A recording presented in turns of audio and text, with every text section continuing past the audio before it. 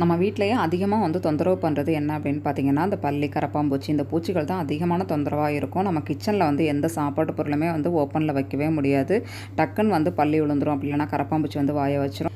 இதெல்லாம் வந்து நிரந்தரமாக நம்ம வந்து சரி பண்ணிடலாம் ஃப்ரெண்ட்ஸ். இந்த மாதிரி வந்து ஒரு பச்சை மிளகாய் தான் நான் எடுத்திருக்கேன். நல்லா நீட்டு பச்சை மிளகாவை இந்த மாதிரி வந்து காம்பை வந்து கட் பண்ணி எடுத்துக்கோங்க. தேவைப்பட்டுச்சுன்னா நீங்கள் காம்பு கூட வேணும் சேர்த்துக்கலாம். இந்த மாதிரி வந்து நம்ம இஞ்சி பூண்டுலாம் நசுக்கோம் இல்லையா, அந்த உரலில் இந்த மாதிரி வச்சு நல்லா நசுக்கி எடுத்துக்கோங்க. இது கூட என்ன சேர்க்க போகிறோம் அப்படின்னு பார்த்தீங்கன்னா, ஒரே ஒரு பல் பூண்டு பல், நல்லா பெரிய பல்லாக இருந்துச்சு அப்படின்னா ஒரு பல் சேர்த்துக்கோங்க. சின்னதாக இருந்துச்சுன்னா ஒரு 2 பல் சேர்த்துக்கோங்க. அதையுமே சேர்த்து நல்லா வந்து நசுக்கி எடுத்துக்கலாம். ரெண்டும் வந்து நல்லா நசுக்கி எடுத்ததுக்கப்புறமா பாருங்கள், பச்சை மிளகாய் வந்து நல்லா இந்த மாதிரி வந்து நல்லா நசுங்கணும். அப்போ தான் அதோட எசன்ஸ் ஃபுல்லாகவே நமக்கு வந்து கிடைக்கும். இந்த மாதிரி வந்து பூண்டையும் நம்ம நசுக்கி எடுத்துக்கலாம். நசுக்கி எடுத்ததுக்கப்புறமா என்ன பண்ண போகிறோம் அப்படின்னு சொல்லிட்டு பார்க்கலாம். ஏன்னா நம்ம டைரெக்டாக வந்து கையால் வந்து எடுக்க முடியாது. கையால் எடுத்தோம் அப்படின்னா கை ஃபுல்லாகவே அந்த நாள் ஃபுல்லாகவே ஒரே எரிச்சலாக இருக்கும்.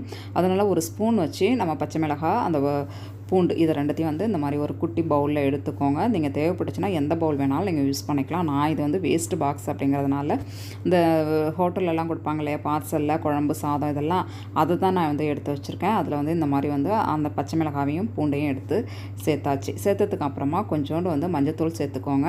இதை சேர்த்துட்டு ஒரு கிளாஸ் அளவுக்கு தண்ணியும் சேர்த்துக்கோங்க. நல்லா வந்து ஒரு ஸ்பூனை வச்சு நல்லா மிக்ஸ் பண்ணி எடுத்துக்கோங்க. மிக்ஸ் பண்ணதுக்கு அப்புறமா வந்து ஒரு 5 நிமிஷம் வந்து அப்படியே வந்து ஊற வச்சிடலாம். ஏன்னா வந்து அந்த பச்சை மிளகாய், இஞ்சி இதெல்லாம் நல்லா அந்த தண்ணியில் நல்லா இறங்கணும். அந்த எசன்ஸ் ஃபுல்லாக இறங்கினதுக்கப்புறம் தான் இதை யூஸ் பண்ண போகிறோம். இது கூட இன்னொரு பொருள் என்ன சேர்க்க போகிறோம் அப்படின்னு பார்த்தீங்கன்னா, நம்ம பூஜைக்கெலாம் யூஸ் பண்ணுற கற்பூரம், ஒரு பச்சை கற்பூரமாக இருந்தாலும் எடுத்துக்கோங்க. அப்படிலாம் நார்மல் கற்பூரமாக இருந்தாலும் இந்த மாதிரி எடுத்து நல்லா பவுடர் ஃபார்மில் நல்லா மிக்ஸ் பண்ணிக்கோங்க.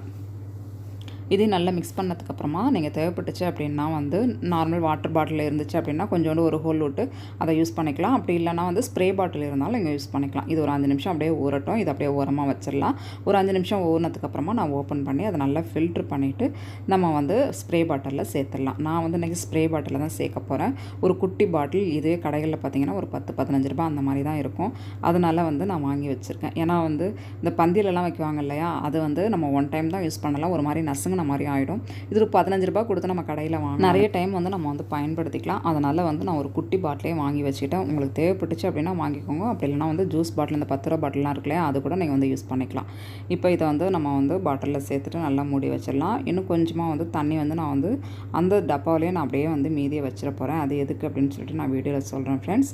இப்போ நம்ம ஃபுல்லாக வந்து அந்த பாட்டிலில் ஸ்ப்ரே பாட்டிலில் எடுத்தாச்சு. இப்போ நம்ம கிச்சனில் இருக்கட்டும், அப்படி இல்லைனா வந்து சாமி ரூமில், எங்கள் ஹாலில் எங்கெல்லாம் வந்து நம்ம பல்லி, கரப்பான்பூச்சி, இந்த குட்டி குட்டி பூச்சி தொலைகள்லாம் அதிகமாக இருக்குன்னு நினைக்கிறோமோ அந்த இடத்துல ஃபுல்லாகவே அழகாக அந்த மாதிரி ஸ்ப்ரே பண்ணி விட்டுடலாம். ஸ்ப்ரே பண்ணி விட்டுட்டு ஒரு 2 நிமிஷம் அப்படியே விட்டுருங்க. விட்டதுக்கு அப்புறமா நம்ம வந்து ஒரு காட்டன் கிளாத் வச்சு நல்லா தொடச்சி எடுக்கும்போது நல்லா சூப்பரான ஒரு எஃபெக்டிவாக இருக்கும். நம்ம நைட் டைமில் நல்லா பாத்திரம்லாம் கழுவி முடிச்சதுக்கப்புறமா கவுண்டர் டாப் மேலே, அடுப்பு மேலே, இது எங்கெல்லாம் வந்து பல்லி அதிகமாக இருக்குது அப்படின்னு நினைக்கிறோமோ அந்த இடத்துல ஃபுல்லாகவே இந்த மாதிரி வந்து நல்லா தெளித்து விட்டுருங்க.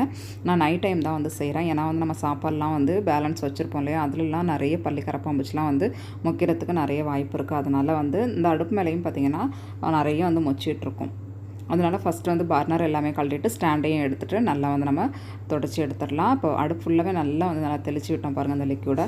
இதுக்கப்புறம் ஒரு காட்டன் கிளாத் வச்சு நல்லா வந்து நம்ம தொடச்சி எடுக்கும்போது நல்லா அடுப்பும் க்ளீனாக இருக்கும். கவுண்டர் டாப்பும் பார்த்திங்கன்னா நல்லா பளிச்சுன்னு இருக்கும்.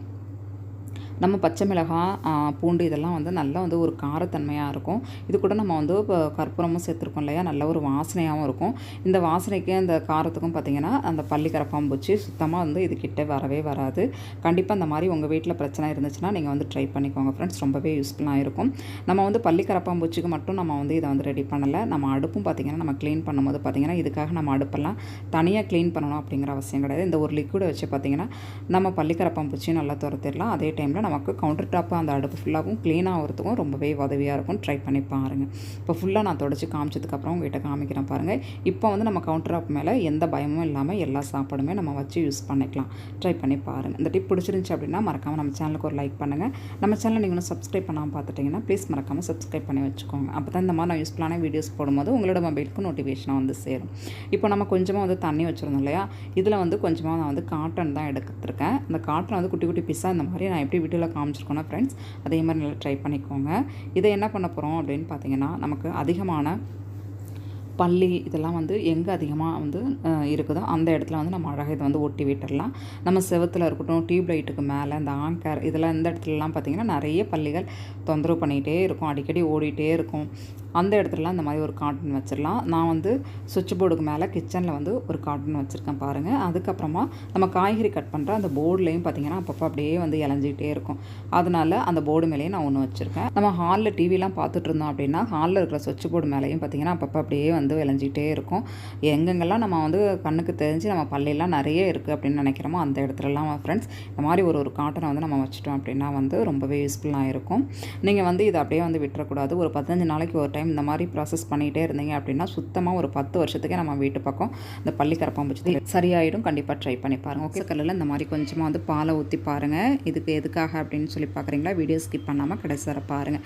நான் அடுப்பையும் வந்து ஆன் பண்ணிவிட்டேன். நல்லா வந்து மீடியமான ஃப்ளேமில் தான் வச்சுருக்கேன். இந்த மாதிரி நம்ம தோசைக்கல்லில் பாலை ஊற்றி விட்டு பார்க்கும்போது ஒரு 2-3 நாள் வந்து பாலை வந்து நம்ம ஃப்ரிட்ஜில் வச்சுட்டு ஊருக்கு போயிடுவோம். நம்ம ஊருக்கு போயிட்டு வந்து திருப்பி அதை வந்து காய்ச்சலாம் அப்படின்னு சொல்லிட்டு நம்ம டீ போடலாம், அப்படி இல்லைனா வந்து பால் குடிக்கலாம் அப்படின்ற டைமில் நம்ம டீ தூளாக இருக்கட்டும், காஃபி தூளாக இருக்கட்டும் நம்ம போட்டு சர்க்கரையெல்லாம் போட்டு அதை ரெடி பண்ணிடுவோம்.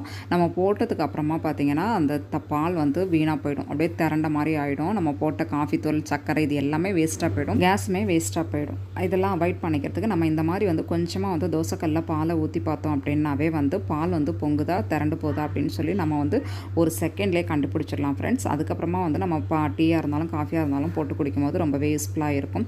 இந்த டிப் வந்து ரொம்பவே யூஸ்ஃபுல்லாக இருக்கும் அப்படின்னு நினைக்கிறேன். ஓகே ஃப்ரெண்ட்ஸ், இந்த டிப் பிடிச்சிருந்துச்சுன்னா மறக்காம நம்ம சேனலுக்கு லைக் பண்ணுங்கள். நம்ம சேனல் நீங்களும் சப்ஸ்கிரைப் பண்ணாமல் பார்த்துட்டீங்கன்னா ப்ளீஸ் மறக்காமல் சப்ஸ்கிரைப் பண்ணுங்கள். உங்கள் ஃப்ரெண்ட்ஸ் அண்ட் ஃபேமிலிக்கும் ஷேர் பண்ணுங்கள். தேங்க்யூ.